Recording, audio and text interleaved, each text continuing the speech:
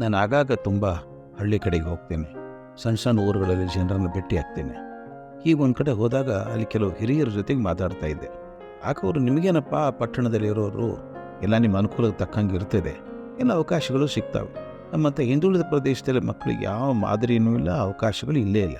ಏನು ಮಾಡ್ತಾರೆ ಪಾಪ ಅವರು ಅಂತ ಗೊಣಗಿದ್ರು. ಅವ್ರು ಗೊಣಗಿದಾಗ ನನಗೆ ಆ ಹುಡುಗಿ ಕಥೆ ನೆನಪಾಯ್ತು. ಅದನ್ನು ಅವ್ರು ಹೇಳಿದೆ.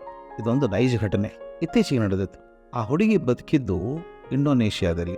ಆಕೆ ಇರುವಂಥ ಬಡತನವನ್ನು ಕಲ್ಪನೆ ಮಾಡ್ಕೊಳ್ಳೋಕೆ ಸಾಧ್ಯ ಇಲ್ಲ. ಆಕೆ ತಂದೆ 2ನೇ ಮಹಾಯುದ್ಧದಕ್ಕೆ ಕಾಲದಲ್ಲಿ ಸೈನ್ಯದಲ್ಲಿ ಕೆಲಸ ಮಾಡ್ತಿದ್ರು, ಸಣ್ಣ ಕೆಲಸ. ತಾಯಿ ಅಲ್ಲೆಲ್ಲಿ ಯಾರ್ಯಾರ್ದೋ ಮನೆ ಕೆಲಸ ಮಾಡಬೇಕು. ಯುದ್ಧ ಮುಗಿಯೋ ಹೊತ್ತಿಗೆ ಹುಡುಗಿ ತಂದೆ ತೀರ್ಕೊಂಡ್ರು. ಆಗ ಹುಡುಗಿ 1 ವರ್ಷ ವಯಸ್ಸು. ತಾಯಿ ಮತ್ತು 2 ವರ್ಷದ ಹುಡುಗಿ ಜಕಾರ್ತ ಹೊರಗಡೆ ತಾವೇ ಕಟ್ಕೊಂಡಂತೆ ಒಂದು ಗುಡಿಸಲಲ್ಲಿದ್ರು. ಗುಡಿಸಲು ಏನು ವಿದ್ಯುತ್ ಶಕ್ತಿ ಇರುತ್ತಾ? ಏನೂ ಇಲ್ಲ, ನೀರಿಲ್ಲ. ಆ ಗುಡಿಸಲಿನ ಹಿಂದೆ ಕೆಲವು ಹಳೆಯ ಡಾಂಬರ್ ಡ್ರಮ್ಸ್ ಬಿದ್ದಿದ್ದು. ರಸ್ತೆ ಡಾಂಬರ್ ಮಾಡ್ತಾರಲ್ಲ, ಡ್ರಮ್ಗಳನ್ನು ಖಾಲಿ ಒಗೆದಿದ್ರು. ಅವನ್ನೇ ಜೋಡಿಸ್ಕೊಂಡು ಅಡ್ಡ ಮಲಗಿಸಿ ಅದನ್ನೇ ಸ್ನಾನದ ಮನೆ ಮಾಡ್ಕೊಂಡಿದ್ರು. ಬಹಿರ್ದಶೆಗೆ ಬಯಲೆಗತಿ ಆ ಪರಿಸ್ಥಿತಿ ಇತ್ತು. ತಾಯಿ ಮಗಳಿಗಾಗಿ ಏನೆಲ್ಲ ಪ್ರಯತ್ನ ಮಾಡ್ತಾ ಇದ್ರು. ಆ ಕೊಳಕು ವಾತಾವರಣದಲ್ಲಿ ಬದುಕಿದಂಥ ಹುಡುಗಿ ಹತ್ತಿರ ಶಾಲೆಗೆ ಹೋದ್ಲು. ಆಗ ತಾಯಿಗೆ ನೆದರ್ಲ್ಯಾಂಡಿಗೆ ಹೋಗೋ ಅವಕಾಶ ಬಂತು. ಅವಕಾಶ ಅಂದ್ರೆ ಏನು? ಅಲ್ಲಿ ಯಾರ್ದೋ ಮನೆಯಲ್ಲಿ ಚಾಕ್ರಿ. ಅಲ್ಲಿ ಮುಂದೆ ಅಮೆರಿಕಕ್ಕೆ ಹೋದ್ರು. ಈ ಕೊಳಕಿನಲ್ಲೇ ಬೆಳೆದಿದ್ಲಲ್ಲ ಹುಡುಗಿ, 16ನೇ ವಯಸ್ಸು ಯಾವುದೋ ಸೋಂಕು ತಗಲಿ ಆಕೆ ಬಲಗಾಲನ್ನು ಕತ್ತರಿಸ್ಬಿಟ್ರು. ವರ್ಷ ತಾಯಿ ತೀರಿ ಹೋದ್ಲು. ಕಲ್ಪನೆ ಮಾಡ್ಕೊಳ್ಳಿ ಸ್ನೇಹಿತರೆ, ಏನೇನು ಕಷ್ಟ ಬರುತ್ತೆ ಅಂತ. ಈ ಪ್ರಪಂಚದಲ್ಲಿ ಆ ಹುಡುಗಿಗೆ ತನ್ನೋರು ಅನ್ನೋರು ಯಾರುಗಳು ಇರಲಿಲ್ಲ. ತಂದೆ ಇಲ್ಲ, ತಾಯಿ ಇಲ್ಲ, ಯಾರು ಹತ್ತಿರದವರಿಲ್ಲ. ಆಕೆ ಹತ್ತಿರ ಉಳಿದೋದು ಕೇವಲ $500 ಮಾತ್ರ ಇತ್ತಂತೆ. ಅಮ್ಮ ಕೂಡಿಟ್ಟಿದ್ದು. ನಾನು ಶಾಲೆಗೆ ಹೋಗ್ತೇನೆ ಅಂತ ತೀರ್ಮಾನ ಮಾಡಿದ್ದು. ಸಾಯಂಕಾಲ ಬೇರೆ ಕಡೆ ಕೆಲಸ ಮಾಡೋದು, ಶಾಲೆಗೆ ಹೋಗೋದು.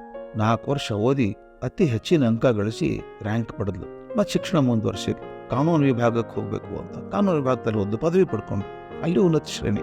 ನಾನು ಯಾಕೆ ಹೇಳ್ತೀನಿ ಅಂದರೆ, ಉನ್ನತಿಯನ್ನು ಸಾಧಿಸಬೇಕು ಅನ್ನೋ ಛಲ ಇದ್ದರೆ ಏನನ್ನಾದರೂ ಸಾಧಿಸ್ಬೋದಪ್ಪ. ಆಕೆ ನಂತರ ಕೋರ್ಟಲ್ಲಿ ಕೆಲಸ ಮಾಡಿದ್ಲು ವಕೀಲಾಗಿ.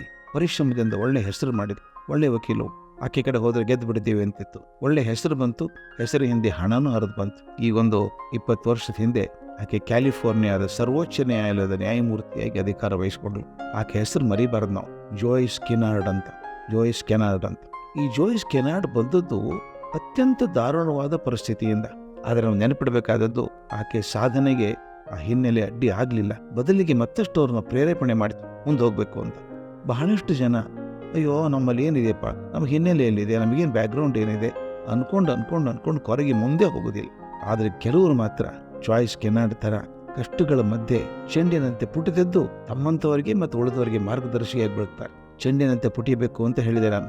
ಮಣ್ಣಿನ ಮುದ್ದೆ ನೆಲಕ್ಕೆ ಅಪ್ಪಳಿಸಿದ್ರೆ ಪಟ್ಟ ಅಂತ ಅಲ್ಲೇ ಕೂತ್ಕೊಳ್ಳುತ್ತೆ. ಒಂದು ಒಳ್ಳೆ ಚೆಂಡಿನ ನೆಲಕ್ಕೆ ಅಪ್ಪಳಿಸಿ ನೀವೆಷ್ಟು ಜೋರಾಗಿ ಕೆಳಗೆ ಹೊಡಿತೀರೋ ಅಷ್ಟು ಜೋರಾಗಿ ಮೇಲೆ ಆಗ್ತದೆ.